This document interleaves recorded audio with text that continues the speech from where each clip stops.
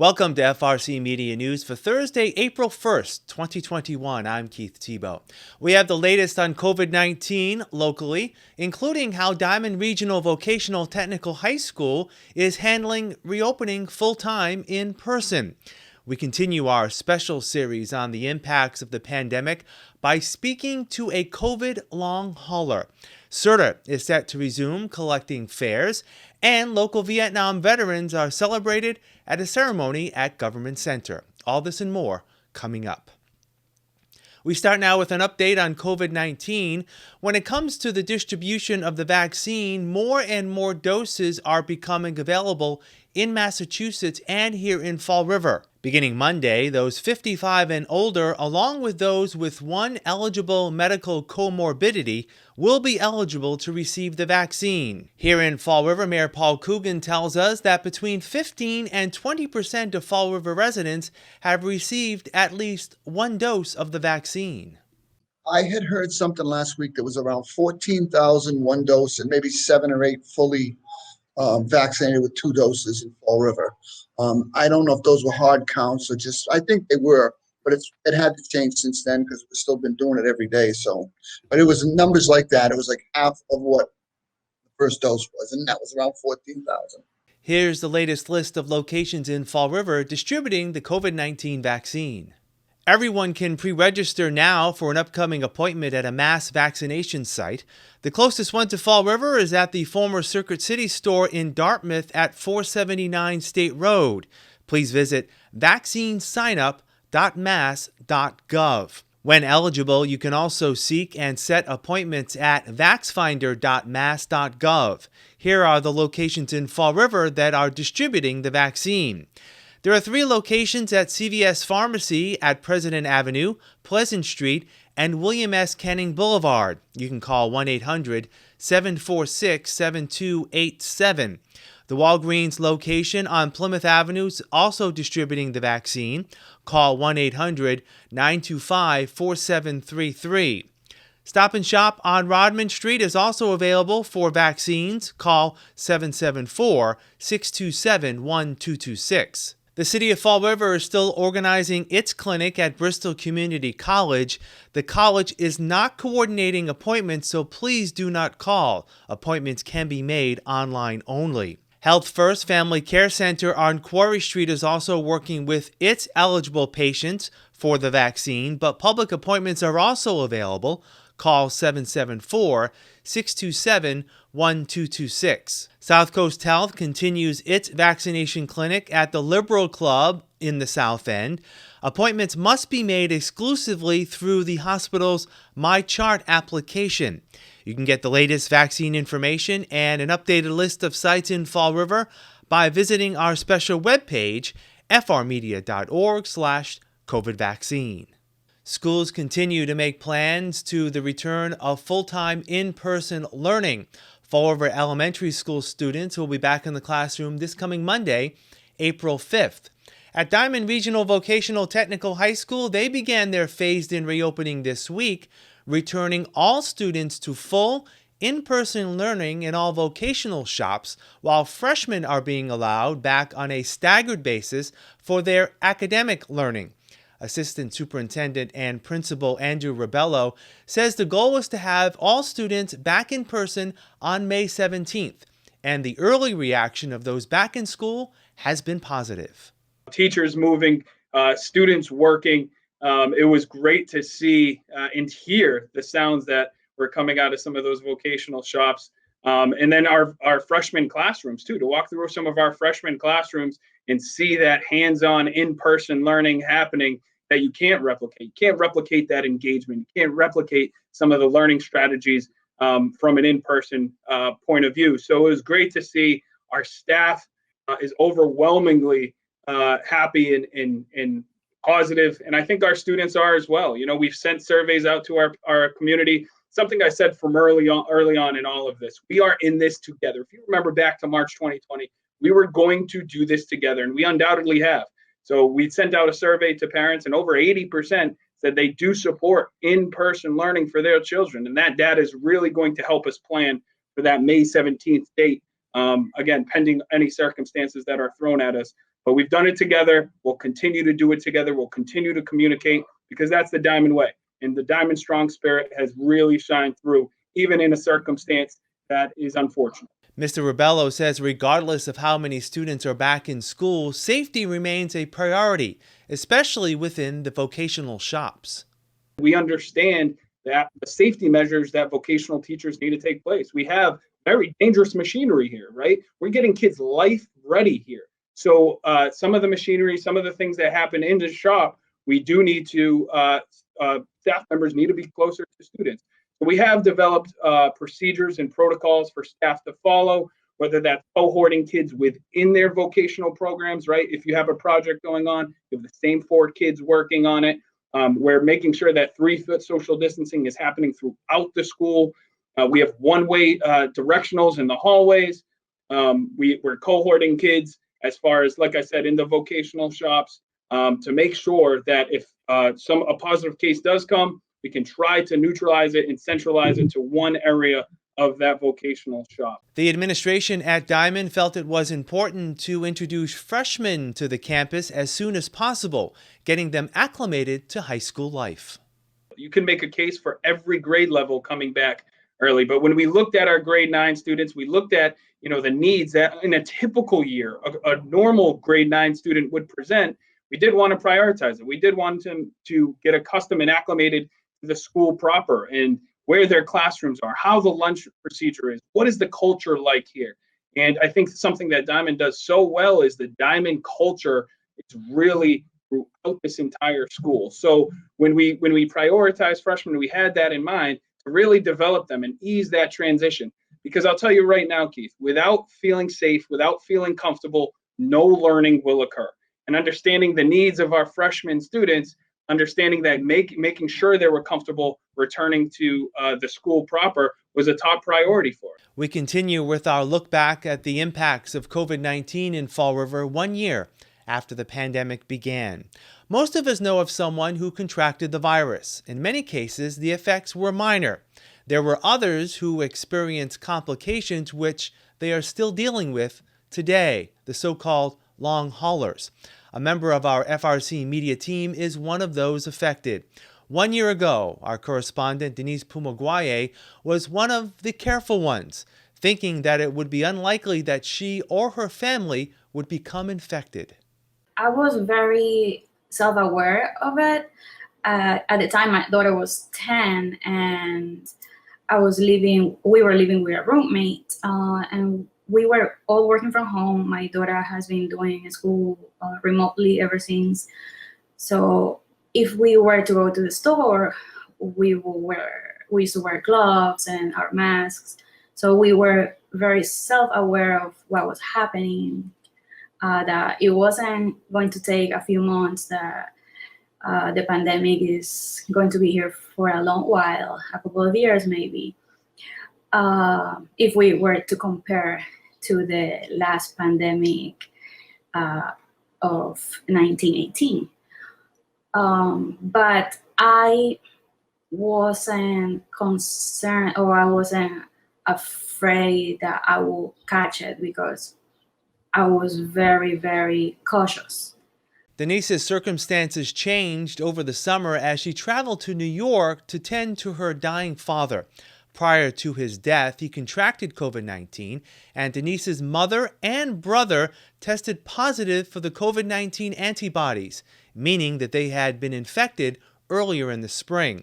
Following a series of negative tests through the summer, Denise's daughter became infected and slowly recovered. In mid-November, Denise herself contracted the disease. My first symptoms, I had fever, I had body aches, I had chills, and you know me for so many years, and unfortunately I get like the flu pretty much every year, but I usually don't get chills, and if I get chills once every 10 years, it's one day and that's it. But this time I got chills 3 days in a row.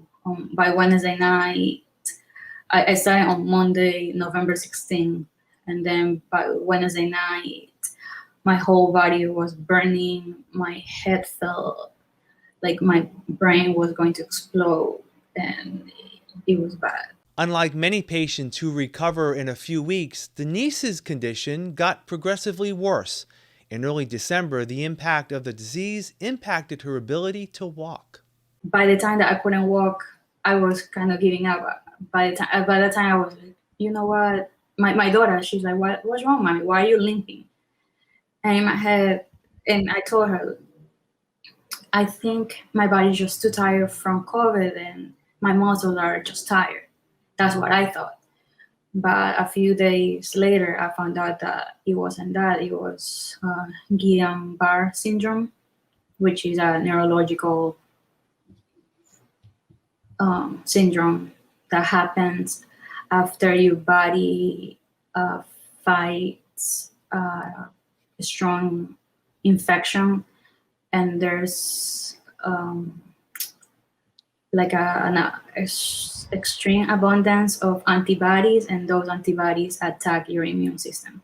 Denise found herself in the hospital through the holidays, where she experienced intense migraines and underwent physical therapy to regain her ability to walk. 3 months later, Denise is home, but continues to experience sensitivity to light. She's mobile, but still requires outpatient physical therapy. I mean, I am nowhere near what I used to do before. Like if I am out for like 4 hours, that means that I may need to rest for the next day or two, and that's part of the syndrome itself. You just are exhausted most of the time. I still need to take daily at least one nap, but it's an improvement from the daily 2 naps that I used to take before. Denise remains positive about her recovery while contemplating her next steps. I have plenty of friends who keep on asking me that question. Are you going to get vaccinated? And I'm still on the fence right now. From what I've heard, it's like a 33.333% chance of either I continue with the same symptoms, they might get worse, or they might get better. So I'm on the fence of it. But for those who are eligible, who don't have any other problems that will be holding them back, go ahead, and even while vaccinated, continue wearing your mask and be aware that this is nothing to joke about. It's very real, and the consequences can be very lasting. A GoFundMe page has been set up to raise funds to help Denise cover expenses as she continues through her recovery. Find out more at bit.ly/helpdenise. You can watch our complete interview with Denise as part of our special series, COVID-19 in Fall River, 1 year later, tonight at 9 p.m. All extended interviews in our series can be found on our website at frmedia.org/1yearlater. The state's Child Advocate Office issued its findings this week into the tragic death of 14-year-old David Allman last fall. The report details failures by the Department of Children and Families and, in part, the Fall River School Department for its lack of oversight in the care of the autistic teen, who died of starvation and alleged neglect at the apartment of his father and his girlfriend in Fall River. 33-year-old John Allman and 26-year-old Jacqueline Marie Coleman are facing charges of second-degree murder and neglect of a disabled person resulting in serious bodily injury. Local DCF supervisors in Fall River have been fired, and state officials continue to investigate the circumstances around how David and one of his triplet brothers were allowed to return to his father in 2016. We'll have more FRC Media News right after this. Here are some job descriptions on the latest hot jobs list from the Mass Hire Fall River Career Center. Preschool teacher, Little Hands College, located at 332 Brownell Street, is looking for a part-time preschool teacher. responsible for creating a curriculum that is age appropriate, as well as providing a caring, secure, and entertaining environment. Job number 146-99816. Shipping load hauler. Gold Medal Bakery, located at 21 Penn Street, is in need of a part-time shipping load hauler responsible for selecting and moving trade product from staging area and loading into trailers the quantities as ordered on the shipping orders. Job number 146-85955. Cardiovascular Device Monitor Technician. South Coast Health System, located at 450 William S. Canning Boulevard, is seeking a full-time cardiovascular device monitor technician responsible for the monitoring of all patients across all device manufacturers within their assigned offices. Job number 147-05611. Teufelberger Fiber Rope Corporation, located at 848 Airport Road, is in need of the following full and part-time positions. Machine operator, job number 147-03022. Supervisor, job number 147-03009. Whirlpool Corporation, located at 88 Current Road, also is in need of the following full and part-time positions. Lab engineer, job number 146-99299. Picker packer, job number 146-99298. For more information on these or other positions, visit Mass Hire JobQuest at jobquest.dcs.eol.mass.gov or call the Mass Hire Fall River Career Center at 508-730-5000. The COVID-19 vaccine is here. The distribution of the vaccine is taking place in phases. Soon everyone will have the opportunity to get vaccinated. According to the CDC, getting the vaccine helps lower the risk of contracting COVID-19, along with reducing the severity of the virus if you get sick. It also protects your family and the community from infection. After receiving the vaccine, we encourage you to continue to wear masks, wash your hands, and practice social distancing. The vaccine is provided free of charge for all Massachusetts residents. Appointments are required. Find out more about when you can receive the vaccine and schedule an appointment. Visit mass.gov/COVID vaccine or by calling 211. Protect yourself and those around you. Stay informed. Secure your spot and get your shot. Get your shot. Get your shot. Get your shot. Get your shot. Welcome back. Fall River's unemployment rate for February rose slightly from January. The rate is at 11.9%, up from 11.8% in January. The rate in February of last year was 6.5%. Fall River has the highest jobless rate of other cities within our region. The Massachusetts unemployment rate for February is 7.1%, down from 7.8% in January. Beginning today, rides on buses operated by the Southeastern Regional Transit Authority will no longer be free. SRTA Administrator Eric Russo says fares were eliminated soon after the pandemic hit our region and ridership declined last year. It's only now that fares are returning. We decided that we were going to listen to the experts who said that the fall and the winter could be much worse. And we didn't institute fare collection sooner. Many of our peers actually started back up in last September.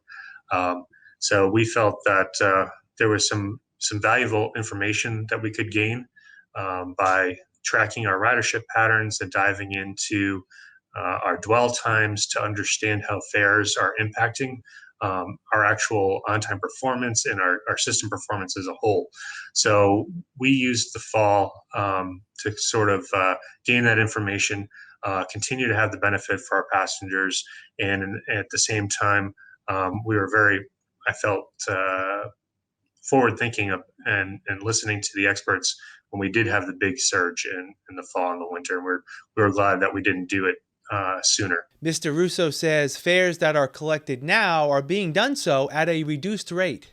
We're reducing the cash fare from $1.50 to $1. Part of that is to eliminate as much need for change as possible so that somebody could just walk in with $1 and load that quickly. We're also reducing our pass products to try to incentivize people to go to multi-use pass products. The multi-use pass products do help speed up boarding times and reduce that need for interaction at the fare box. So for instance, our all-day pass is going to be priced at $2 and was previously priced at $4. So for practical sense, if you're going to take a trip with us in one direction, most likely you might take a return trip with us at some point as well.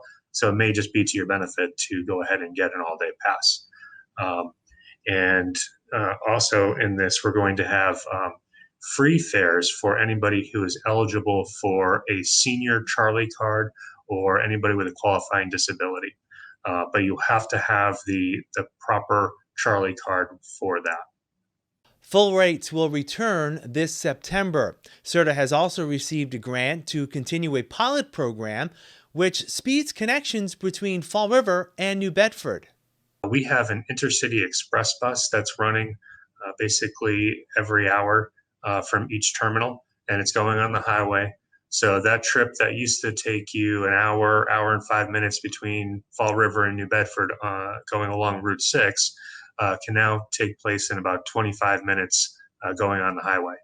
And that's something that we were able to institute back in June to help alleviate crowding on the traditional intercity bus and speed up travel times to further, be mindful of how COVID spreads. And so now as we transition away from focusing so much on the pandemic and we start to focus on regrowth and new opportunities for our region, I feel strongly that having this cross-pollination opportunity of the Intercity Express will really help people get to job opportunities in either city. The city of Fall River last week held a special ceremony recognizing local Vietnam veterans. Today's celebration is to remember those who served, but especially for those who are still with us. The men and women who today are being remembered were from small towns and big cities. They came home and raised families. They were blue-collar workers, small business owners, went into politics or law, and became teachers, firemen, and so on. Each one of us came home to live a life that we hope those on the wall would be proud of.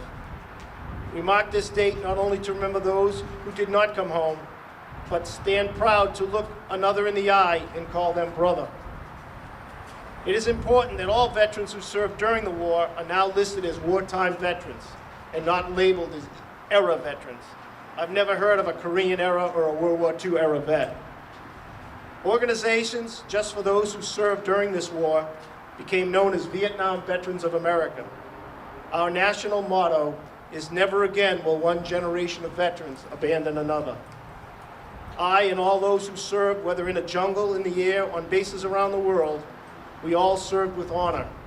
To those who were on the ground, especially those names on the wall, we hold a special place for you and how you served.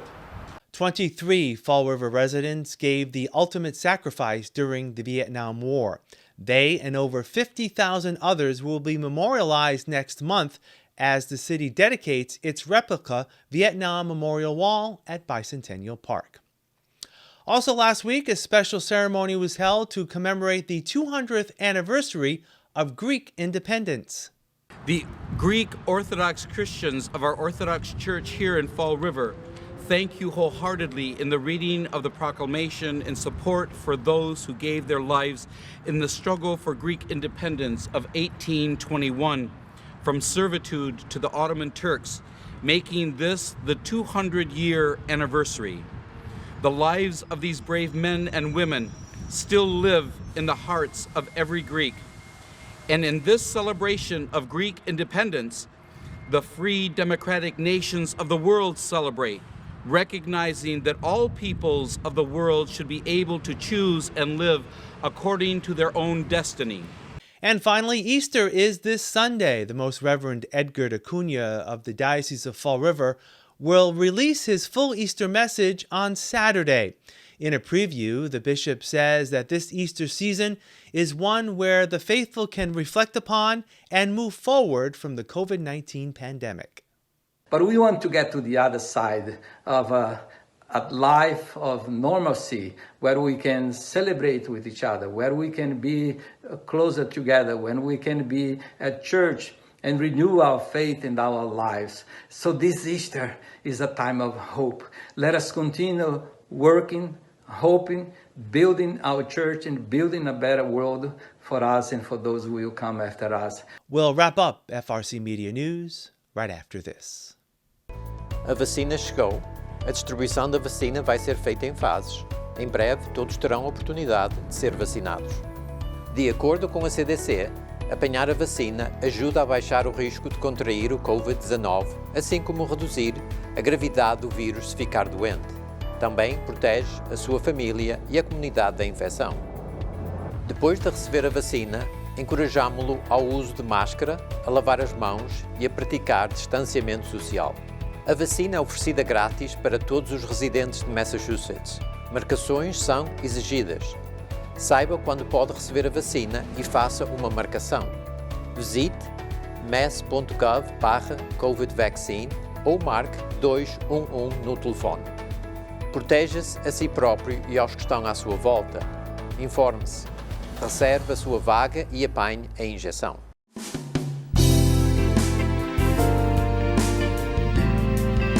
Hi, welcome to Hot Dogs and Cool Cats. Today we have Ellie. Ellie here, she's 4.5. She is a very friendly kitty. You can tell, or you might not be able to tell from the video, but she's actually still very bony. She came into us like that. We're trying to put a little bit of weight on her. It is a little bit complicated by the fact, and this is key, she is unfortunately diabetic. We've been managing it very well so far, but if you were to adopt her, that is one thing that you'd have to contend with. She does unfortunately need insulin, but that's part of the reason why I've got her on the program today, to shine a light on her. I know that there's somebody out there that would love to have such a friendly cat, diabetic or not. She would do well in most homes, be that, very active homes, calmer homes. She really just wants somebody to come over and say hi and love on her. So if you'd like to meet Ellie, you can come down to 300 Linwood Street in Fall River, Massachusetts at Forever Paws Animal Shelter. Today we have Snowy. Snowy is a 5-year-old Corgi mix. We think she might be mixed with either a German Shepherd or quite possibly a Husky. We're not too sure. It is an interesting mix though, as you can see. She's very pretty. Snowy actually came to us from West Virginia with a few other dogs. Because of her nervousness, we think it would be best if she did not go to a home with children. She's gonna love to get out and go. She will probably be a really good hiking companion. Corgis are herding dogs, which means they were bred to work all day. So if you think Snowy might be a good fit for you, go onto our website, foreverpaws.com, fill out an application, and once you're approved, we can have you come down to 300 Linwood Street and meet her. That's all for this edition of FRC Media News. Please visit our website, frmedia.org, for all the latest news and information, as well as the latest on the distribution of the COVID-19 vaccine here in Fall River. FRC Media News airs Thursdays at 6 p.m. and Fridays at 5:30 p.m. For all of us here at FRC Media News, I'm Keith Tebow. Happy Easter, and we'll see you next Thursday.